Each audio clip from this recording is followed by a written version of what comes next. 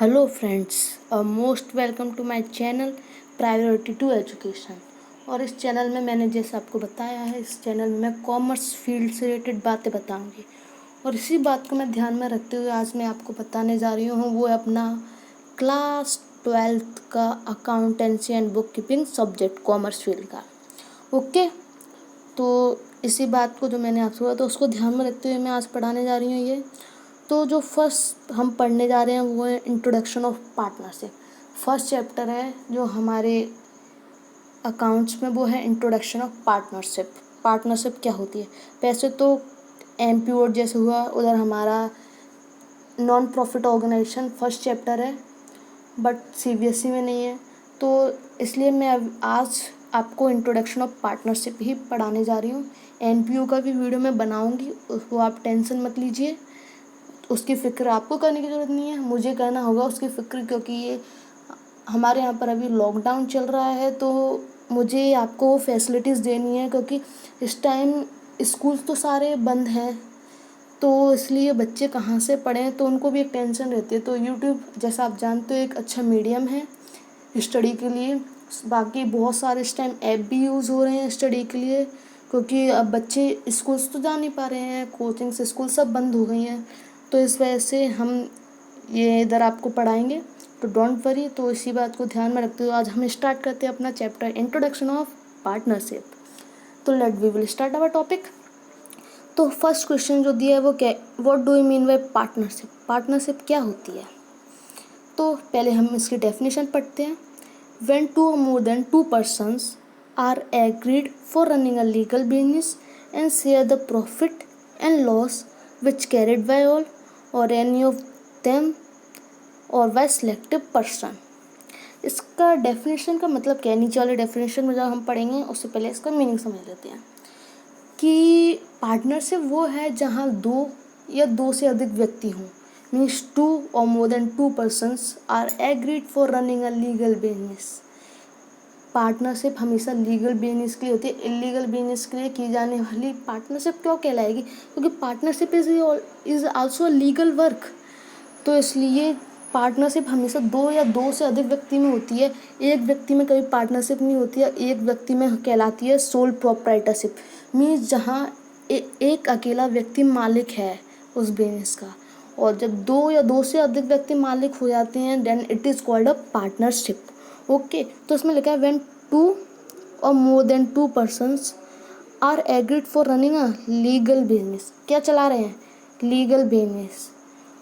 And share the profit and loss, जो भी business में प्रॉफिट हो रहा है और लॉसेस वो अपने शेयर कर रहे हैं, और साथ में जो भी बिजनेस की एक्टिविटीज़ हो रही हैं वो कर रहे हैं। ओके, और वो सिलेक्टिव पर्सन से हो रही है या फिर उससे क्या बोलते हैं, एक व्यक्ति से हो रही है। तो means which are done by one person और बाय सिलेक्टेड पर्सन। और अगर दो पार्टनर है, तीन पार्टनर है, तो वो पार्टनर भी कर सकते हैं। ठीक है, फिर क्या दिया है, जो डेफिनेशन दी उसको जरा हम पढ़ते हैं। अकॉर्डिंग टू पार्टनरशिप एक्ट 1932, इस बात को प्लीज़ याद रखिए, पार्टनरशिप एक्ट 1932, इसको अंडरलाइन कर लीजिए, कहीं भी नोट कर लीजिए अपनी नोटबुक में। इट इज़ एन इम्पोर्टेंट, इसके ऊपर ऑब्जेक्टिव बन सकते हैं। तो क्या? Partnership act 1932। ओके, इसको नोट कर लीजिए आप। तो फिर आगे क्या दिया है वो हम देखते हैं। सेक्शन 4, पार्टनरशिप एक्ट 1932 सेक्शन 4 में ये डेफिनेशन दी है। और ये आप देखें, अगर आप इंडियन पार्टनरशिप एक्ट जो आगे कभी आप अगर CA CS CMA CFA कभी करोगे, अगर ये टॉपिक आपका आया या कभी भी कहीं भी आपने पढ़ा, तो ये डेफिनेशन दी है। इट्स अ रियल, यहाँ यूँ ही नहीं लिख दिया गया है। पार्टनरशिप एक्ट 1932 में ये डेफिनेशन दी है, मैंने खुद पढ़ी है, डोंट वरी, यहाँ यूँ ही नहीं लिख दिया जाता। तो अगर आप इस डेफिनेशन को अपने एग्ज़ाम में लिखे आएंगे तो ये एक प्रेजेंटेशन, एक इम्प्रेशन की तरह होगा, टीचर इम्प्रेस होगा कि उसे ये भी नॉलेज है। तो अगर आप लिखना चाहते हो तो प्लीज़ ये डेफिनेशन भी ज़रूर लिखें। ठीक है, तो partnership act 1932 section 4, partnership is relation. Partnership क्या है? रिलेशन है बिटवीन पर्सन, किसमें? व्यक्तियों में, who have agreed to share profit. वो क्या कर रहे हैं? प्रॉफिट शेयर करने के लिए एग्री हैं। किसका? बिजनेस का। And which carried by all और any of them acting for all.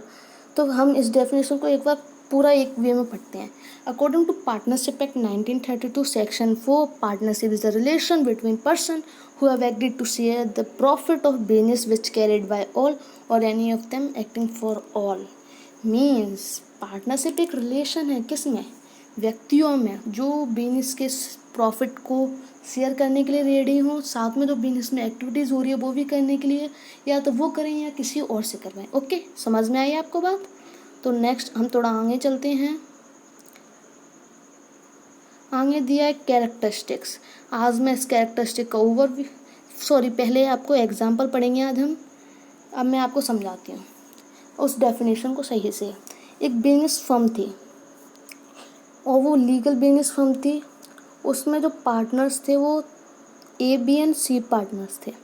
Okay, और जो मैंने जैसे आपको बोला कि इधर दो या दो से अधिक व्यक्ति होने चाहिए according to my definition when two or more than two person are agreed for running a legal business। Okay, means यहाँ 3 व्यक्ति लिए हैं मैंने, मतलब 3 पार्टनर्स, मीन्स 2 या 2 से अधिक हैं, then it is called a partnership. और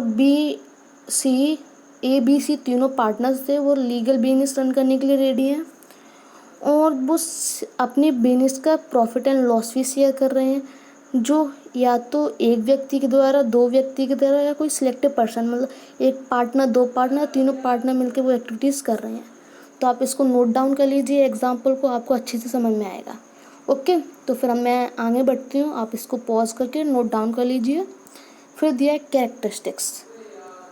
कैरेक्टरिस्टिक क्या है पार्टनरशिप की, तो मैं आज इसका ओवरव्यू दूंगी आपको बस, फिर हम नेक्स्ट वीडियो में इससे रिलेटेड पढ़ेंगे। और ये बहुत ज़्यादा इंटरेस्टिंग है, आपको अच्छा लगेगा, यू फील। और प्लीज़ इसको अगर आप खुद समझ सकते हैं तो अच्छी बात है।